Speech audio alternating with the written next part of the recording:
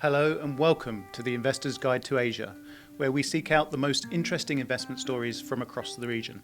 I'm Stuart Rumble, Head of Investment Directing for Asia Pacific at Fidelity International. And I'm Toasha Wang, multi-asset portfolio manager. On today's episode, we're going to talk about the rally in Korean market and how it has captured the attention of global money managers. We're also going to talk about its implication more broadly for investing in Asia, especially dividend investing. It's one of Asia stock market's most interesting conundrums, isn't it? Home to one of the most dynamic, successful economies in the region, home to Samsung, of course, leading autos, a whole range of different world-class companies. But that South Korean valuation discount is often put down to things like low shareholder payouts, corporate governance concerns, and a complicated balance of power within those companies, in particular the large family-owned conglomerates, often known as chaebols. And obviously you marry these characteristics with the fact that the economy is really tech heavy with a strong cyclical nature. How do we navigate from that? This year we definitely see a major rally, but what is the view looking forward? We have two portfolio managers with us today, both experts in Asian equities. Joining us from Singapore and Shanghai are Jochen Breuer and Lynda Zhou. Hi. Thank you. Jochen, you've been adding allocation to Korea this year. What are the main catalysts for you to do so? So when we think about sector and geographic allocation, I think I should start by saying that it's really bottom-up driven where we find best ideas. But if we rewind back kind of 18 months, I think from a Korea perspective, really what was interesting was very low valuations. It was initially the corporate reforms that were starting out and were giving significant opportunities.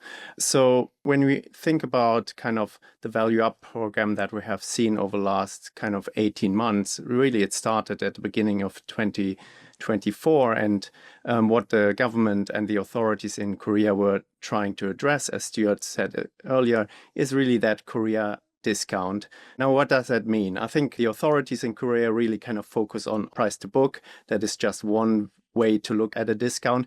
But certainly if we look at the price to book ratio of the overall market, what we see is that over the last 20 years, Korea has derated relative to the rest of the region. And in particularly over the last 10 years, most of the time, the Korean market traded below 1 times price to book. Now, I think there's a couple of reasons for that. One is the sectorial split of the market, as you mentioned earlier. The Korean market is heavily cyclical. In fact, Samsung Electronics and SK Hynix, the two big semiconductor companies, are almost 50% of the indices. And even the rest of the index is very much dominated by cyclical sectors such as financials and industrials.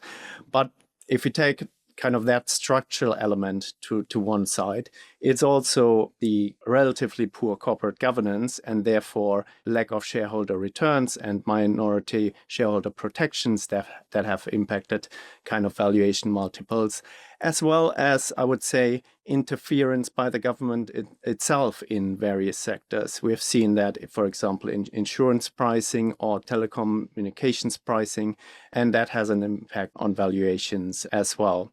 So with the new government coming in, we've really seen some progress on those corporate reforms. We've seen progress in terms of amendment to the commercial law, the fiduciary duty for board of directors, which strengthens minority shareholder protection.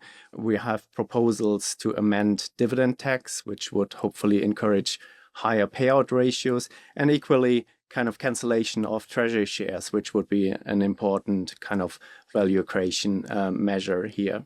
So all of these things, I think, from a political regulatory perspective, are moving in a good direction, and certainly, in my view, have exceeded expectations over the last 18 months.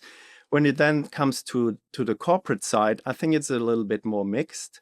We have seen progress and companies adopting those value up measures in some sectors, and particularly those non-chaebol companies, ex-government entities, have seen significant improvement. KT Corp, KT&G would be two examples where we have seen improvements. When we talk about the chaebols, it's little bit more mixed. We've seen improvements at the Hyundai group, less so in other chaebols.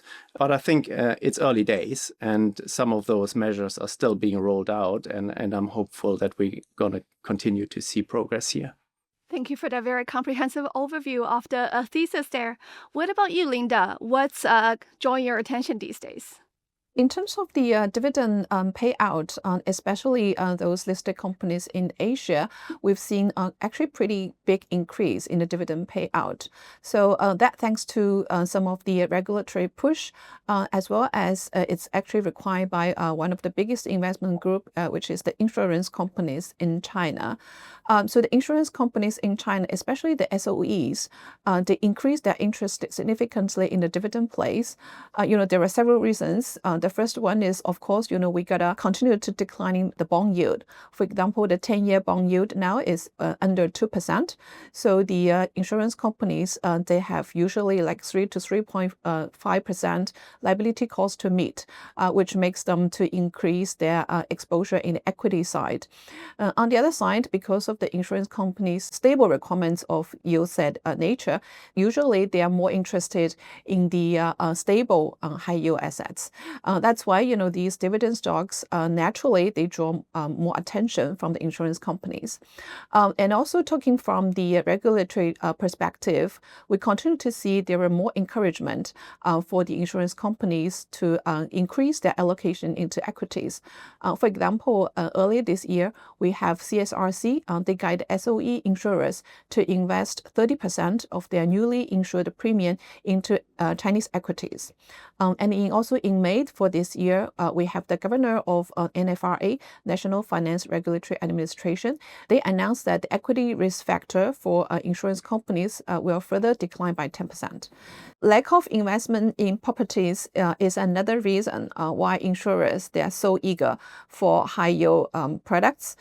Because, in the old days, like investment properties or sometimes even infrastructure properties, these warehouse REITs, they are one of the few pretty important source of yields for insurers. But now, with the overall property market kind of in a lackluster status, insurance companies, they are also switching from property investment to something else. So that's why, explaining that why these high dividend yield stocks attract them so much. So these are all positive push for the insurance to increase their asset allocation, especially in the high yield stocks. So year to date, we actually see that they're close to 1 trillion RMB of inflows to the Hong Kong high yield names, especially through the Hong Kong Stock Connect. So we're happy to see that actually very stable money to continue to flow into the market. So that also makes the high dividend plays quite attractive these days. It's really interesting, Toasha, because a lot of investors I speak to always have questions around corporate governance when it comes to investing in Asia. But today, what we're really seeing is policy in action, policy with teeth, and that's aligning to what the corporates are doing. But Jochen, we talked a little bit about Korea at the beginning. They're not the first country, obviously, to take steps towards corporate reform. We've seen a lot happen in Japan, particularly in the last couple of years. Could you give us a little bit more of a context across the region in terms of what you're seeing? I think that's true. I mean, it started with Japan, and certainly kind of the corporate reforms we've seen being enacted in 2023. But I think if we zoom out a little bit and think about kind of the shareholder returns in the region, you have historically had some of the more developed markets like Australia, Singapore, maybe we can put Taiwan into that bucket as well, where you have relatively high payout ratios and therefore high kind of yields coming through. On the other hand, you have some of the more emerging markets such as India, Philippines, where payout ratios are relatively low, higher growth, higher reinvestment opportunities in those markets for corporates. But really the two markets that stood out for me over time were Korea and were China, where dividend payout ratios were relatively low compared to the level of development in those markets and their respective economies. And that's encouragingly where we have seen the most progress, I think. I spoke about Korea earlier, but similarly, in terms of China, the payout ratio increased to, I think, 39% last year. That compares to about 31% on a 10-year average. On top of that, we've seen significant announcements in terms of buybacks in those markets. And again, it's driven by cheap valuations, so corporates finding more opportunities to buy back their own shares relative to capex spending as they see less growth opportunities in their respective businesses. But it's also been driven by policy. The regulators and policy setters have certainly encouraged companies to pay out more and also to align more with international standards, for example, in terms of semi-annual dividend payments. And that's something we really have seen coming through this year specifically. It all sort of began in the spring of 2024, didn't it, with the latest iteration of 9 measures that the Chinese authorities announced around the high-quality development of capital markets. And then since we've had several initiatives that have sort of encouraged shareholder payouts. Lynda, what's really changed for you as investing in Chinese equities over the last couple of years with this in mind? Jochen mentioned that last year, the payout ratio increased to 39%. To put into context, actually, it was raised from 22% back into 2020. So you can see that the delta is pretty big. In the past 5 years, we've increased that ratio by around 16%. And then also another side is the KPI changes for the SOEs. So you know that for SOEs in China, usually their key KPIs used to be asset growth and also revenue growth. So size used to be, the biggest KPI for them. In the recent 5 years, especially after these new guidelines issued, more KPIs are focusing on the profitability, ROEs, as well as cash flows. So you can see that these are all kind of like high quality companies measurement. So it's already happening in the market and it's very likely to continue. I gather from both of you that these capital allocation decision-making are facing structural changes. Corporates are structurally allocating more capital to, return to their shareholders. But how do you square that with the cyclicality of the underlying economy, underlying earning, underlying stock market? Both, China and Korea are relatively cyclical market, at least the stock market behaviors as such. If we think about Korea, for example, and the big tech companies in Korea, they have both committed, so Samsung and Hynix have both committed to returning 50% of the free cash flow over a 3-year period back to shareholders. Now, the annual dividend that they're paying during that period is actually quite limited for both companies. And therefore, it is a little bit less predictable than if we compare it, for example, to TSMC, which is equally in a cyclical industry, a higher return business, arguably, but they have committed to an absolute and progressive dividend policy. So that gives more certainty to investors, certainly on the dividend side. Although I would say the dividend is just one aspect, obviously, in terms of attractiveness of those companies. And certainly when we look for investment ideas, it is just one single aspect and almost an outcome of the process rather than just looking for a dividend yield that attracts us to companies. Jochen, and it's really interesting because you alluded it just there that there's actually a few other reasons for the rally that we've seen in Korean equities recently and generally across the tech sector. The country seems to be at the intersection of the AI investment boom, value up, reasonable, attractive evaluations. What is it that really attracts you at the moment, or where do you assess the sort of opportunities within the market there? The market has re-rated. That's clear. The semiconductor companies have had tremendous performance year to date, although quite a volatile progress there. But the market, when we talk about the semiconductor and the DRAM market, specifically, the market is very tight. We're seeing strong pricing in the market, and that's all driven kind of by the global AI infrastructure build out. And that's driving other sectors in Korea as well, particularly in the form of nuclear, some of the industrial companies in Korea. But there are other sectors in Korea, I think, where which have not participated in the rally. For example, the consumer space, and where I think there are companies still where we could see improvement from those corporate value measures that could lift evaluations more structurally in those companies. We're definitely seeing a spectacular performance from both the Korean market and the Chinese market. I mean, just sitting in Hong Kong, it feels like the sentiment has truly come back for Greater China equities, and dividend has become less of a topical thing that we hear about. Lynda, what's your observation? Is dividend still something that's on top of people's mind? Toasha, you raised a very interesting topic. This year, actually, the market is very extreme. Usually people adopt like so-called barbell strategies. So on one hand, we got a very strong tech rally, just similar to Korean market. Obviously, it's led by the same source, which is the very strong hardware tech demand in US. And on the other hand, we still have dividend income. Also, we got a strong buyers from insurers. Some of the high return, high risk type of investors, they chase the rally of the tech names.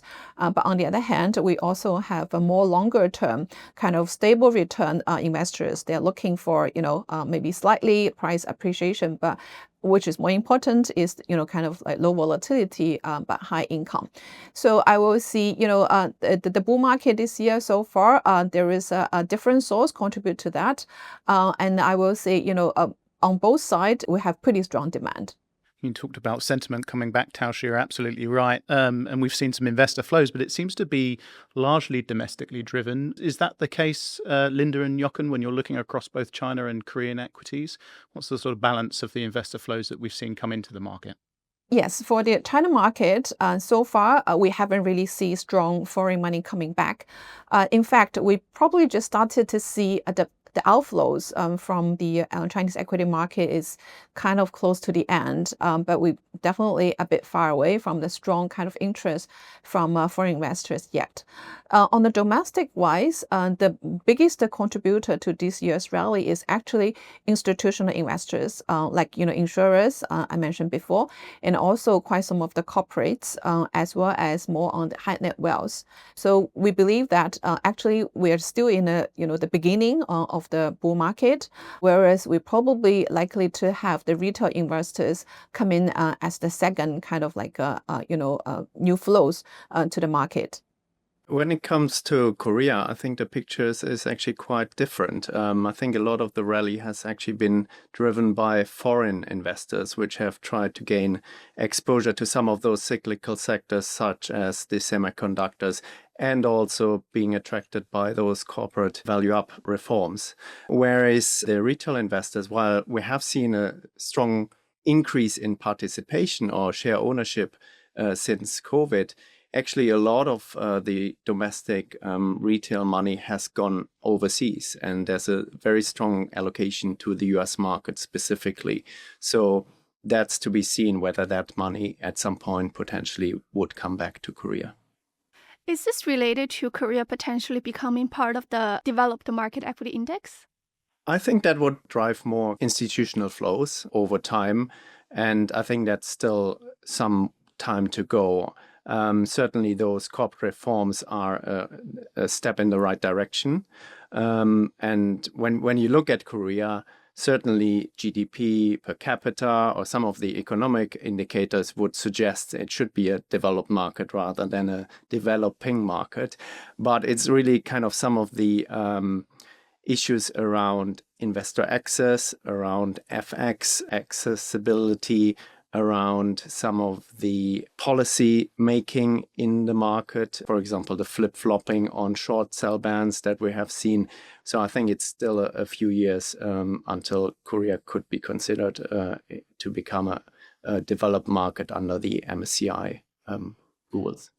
And Jochen, you specialize in dividend investing within Asia and across the world, along with these emerging markets for improving shareholder payouts like Korea and China.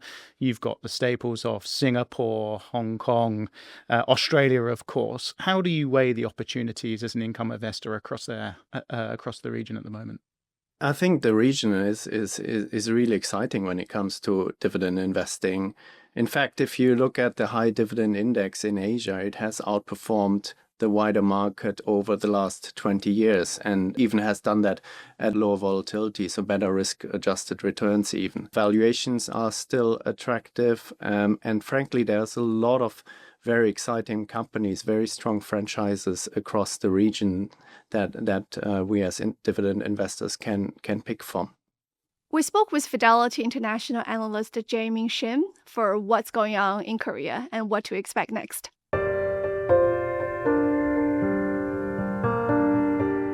So now in Korea, around 30% of voters are retail investors. So that's why politicians move quite quickly and more aggressively to improve minority shareholders' interest in Korea, especially for the retail investors. If we look at the market, there are a couple of cases that these some Korean companies, few Korean companies, actually canceled proposal of the capital allocation, which harmed minority shareholders' interest because they had a big backlash from local retail investors and institutional investors, and is a only positive sign. That's the second puzzle we are waiting for. So on just a quick background, in Korea, if your dividend income per annum is above 20 million Korean won, which is roughly around like 15,000 US dollar, you combine this dividend income with your other income like salary. So the promoters or the controlling shareholders usually end up paying 50% of dividend income tax. That's why they were sort of hesitant to pay large dividend. Now more leaning into 30%. And if this is finalized, these controlling shareholders will have incentives to pay more. It looks like foreign investors are more have a little bit more confidence about these changes compared to local investors, because they experienced similar policy changes in Japan over the last decade. The economic development and the corporate governance issues and these chaebol families are quite a similar dynamics to Japan in a 10-20 year on a lagging basis. And Korean government is closely studied these Japan's experiences. The key risk is the politics. In Korea, the presidency is only single term. There's no re-election like the US. If you cannot perform this sort of a reform in a short period of time, let's say in 2 to 3 years, you actually the power of achieving this reform is actually getting weaker. Second is geopolitics. Korea has to deal with the US on tariff. So if any negative development in geopolitics happens, corporates will have a good excuse not to pay more. Korea's domestic macroeconomy is pretty weak. So new government's agenda is to shift money flows from properties to equity market so that it can boost the consumption a bit, and also retail investors benefit from these higher dividends, which can boost consumption as well.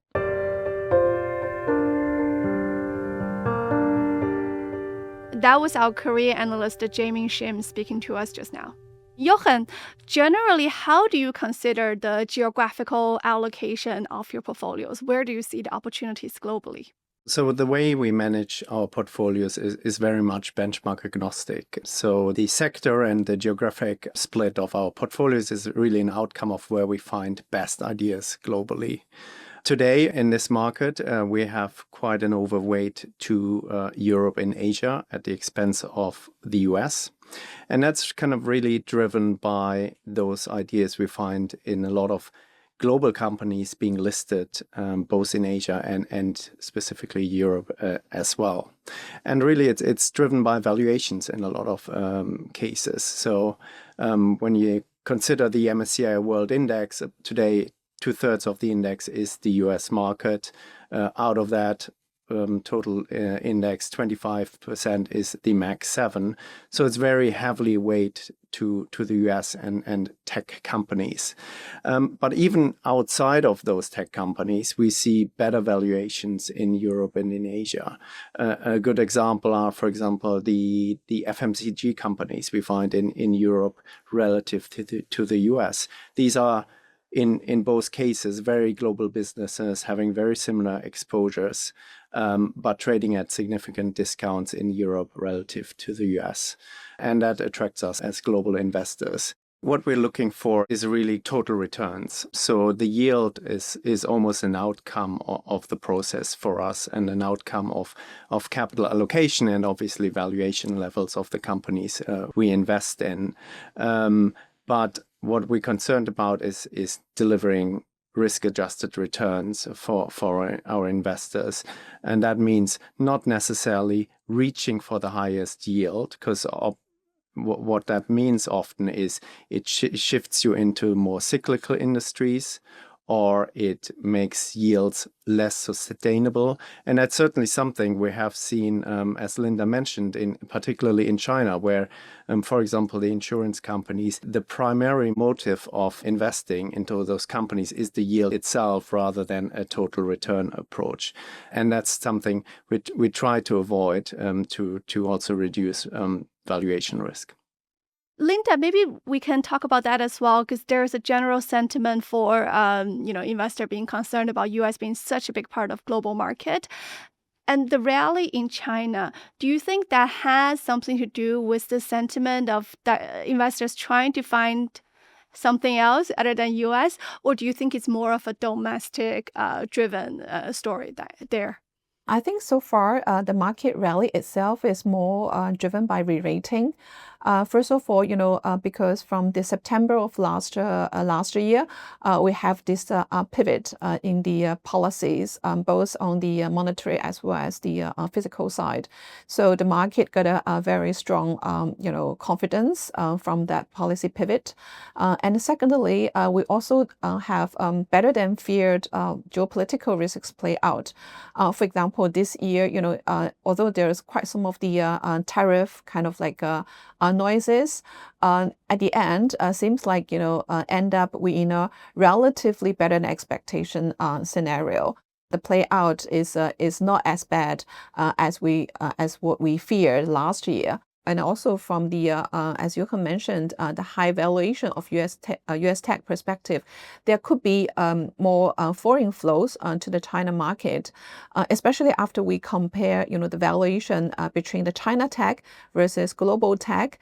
Those Chinese internet giants, usually they're trading at, mid-teens to early 20s PE type of valuation. Whereas on the other hand, their growth profile is actually pretty decent. It's close to 15 to 20% on top line growth versus their US counterparts, in terms of growth profile, it's probably similar. But in terms of valuations, they are trading, close to like 70, 80% premium. So from that perspective, we do expect that could be some capital reallocations, from a more expensive market to a relatively cheaper market, with better value for money. Okay, it's time to take a look now at some recent macroeconomic policy developments. Of course, China's fourth plenum has just taken place. So we spoke to Fidelity International's Asia Economist Peiqian Liu for an update.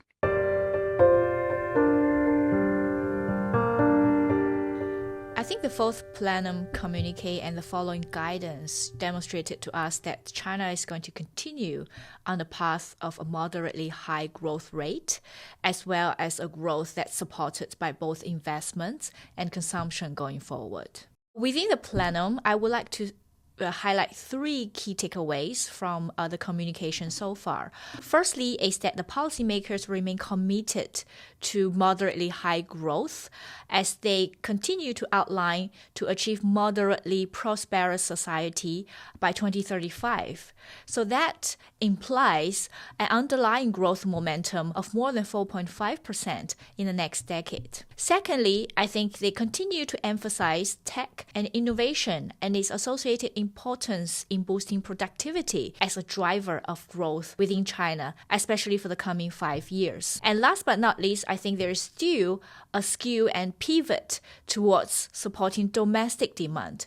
If we think about China's growth model as a dual circulation, the past 5 years has been more about establishing a comprehensive external circulation. And now that the path is going to pivot slightly into supporting the domestic consumption, as they have been outlining household consumption as a target, a quantitative target to achieve in the next 5 years. In the very near term, a weak domestic demand is still somewhat a big concern in terms of the growth, and it remains somewhat imbalanced. So I think the policymakers still need to address the weak domestic demand with more policy support going forward. There might be more fiscal policies pivoting towards supporting the household sector, given that it has been becoming a more and greater emphasis in the next 5-year plan. And we are also expecting more accommodative monetary and fiscal policy stance to support a growth rate that is stabilizing at around 4.5% going forward.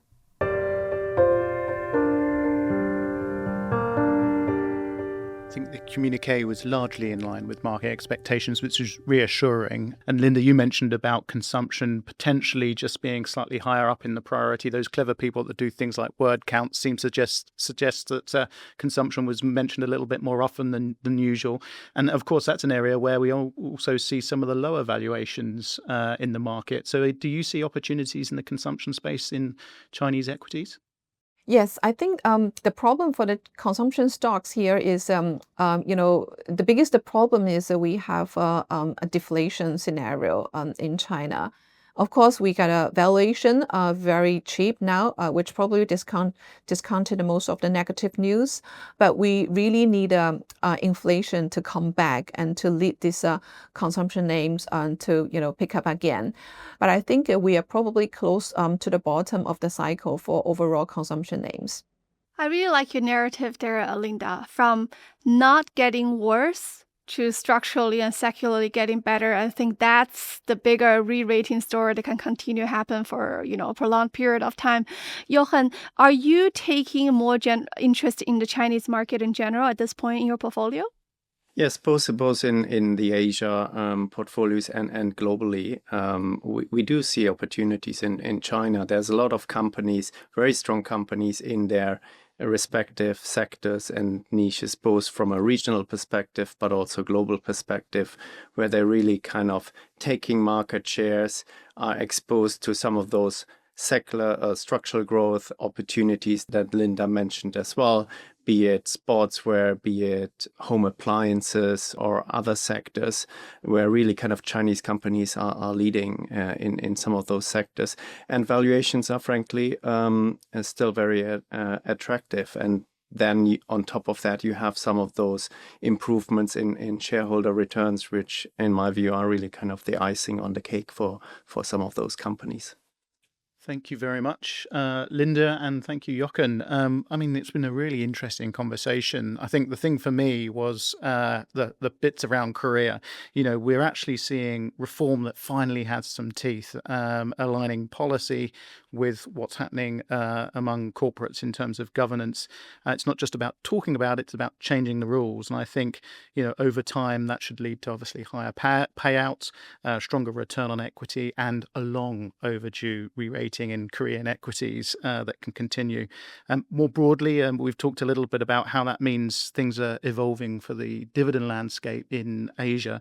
Perhaps Jochen and other dividend investors have never had it so good. A lot of choice. And I think finding a sustainable income in Asia is never been more appealing for investors with, as I say, this policy and corporate behavior moving in the same direction. Absolutely agree with you. I think improving corporate governance is really key to turning around sentiment in the market. And I think, show me the money, it's a key approach, increase that dividend payout ratio. And I think that is a very powerful signal to investors or to society at large.